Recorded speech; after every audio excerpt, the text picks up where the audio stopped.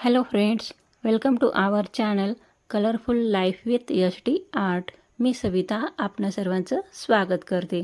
आपण आज काढणार आहोत वेलकम 2025 विशेष खूप सुंदर आकर्षक रांगोळी. नक्कीच तुम्हाला आवडेल. आवडली का नाही कमेंट करून सांगायला विसरू नका. 8 ते 4 ठिपक्यांची रांगोळी आहे.